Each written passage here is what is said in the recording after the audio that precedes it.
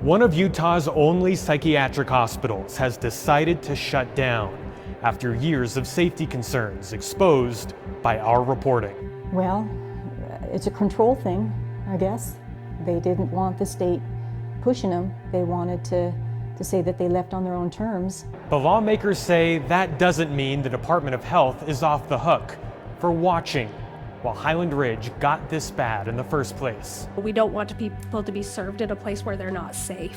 I'm Fox 13 investigative reporter Adam Herbetz, and the video you're about to watch shows the Department of Health explaining how our reporting helped them realize their discipline of psychiatric hospitals did not make sense. So now they have a new plan. Obviously, you know, we had reports that were extremely concerning. Rape hospitals that did not report years of sexual assault. Attorney General grants forgiveness to rape hospital investigations. Utah Department of Health justifies not shutting down rape hospital. Can you help us understand how it would have been different with what you have in place now, had you had that in place all along? Previously, we treated every non-compliance the same, which I think everyone in this room knows that's not the case, right? Through some of the news that had risen about Highland Ridge, we started looking at our processes, to be completely honest with you. Highland Ridge Hospital in Midvale had its license revoked 4 times, but was never required to shut its doors, despite repeatedly getting caught not calling 911 when patients were assaulted inside.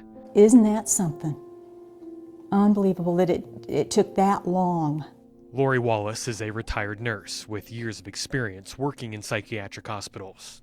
What keeps you going in a job like that? The desire to see things get better. But year after year, patients told us they left feeling worse, not better.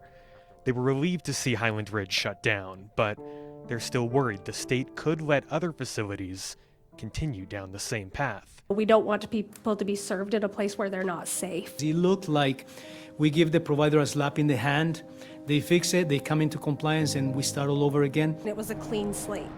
We determined that doesn't make sense for regulation, because if a provider can come into a compliance on one day, but then continue to have the same issue over and over again, that gives us serious concern for those individuals being served there. So once we made those changes, we started holding Highland Ridge accountable based on that new standard. The state says it now considers a hospital's history and the severity of harm to patients before handing down discipline.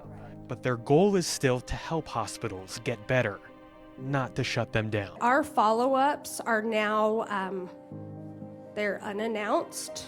As you're aware, it's a lot better to have your house clean if you know I'm coming. They have to go in completely anonymously. And I think they should do that all the time, especially that's the only way they're going to tighten up the reins on these places. That's my opinion. I think the biggest question that I have, though, is how do we know that this new standard is the right standard? It took a long time and reporting over many, many months, well over a year, to even get to the point that there was change in the standard. In the end, Representative Ken Ivory said he wasn't exactly satisfied with the Department of Health's answers to his questions, but he is glad they are doing something different. He also said he's relying on us to keep reporting on these types of cases, which of course we plan to continue doing. Reporting at the Capitol, Adam Herbetz, Fox 13 News, Utah.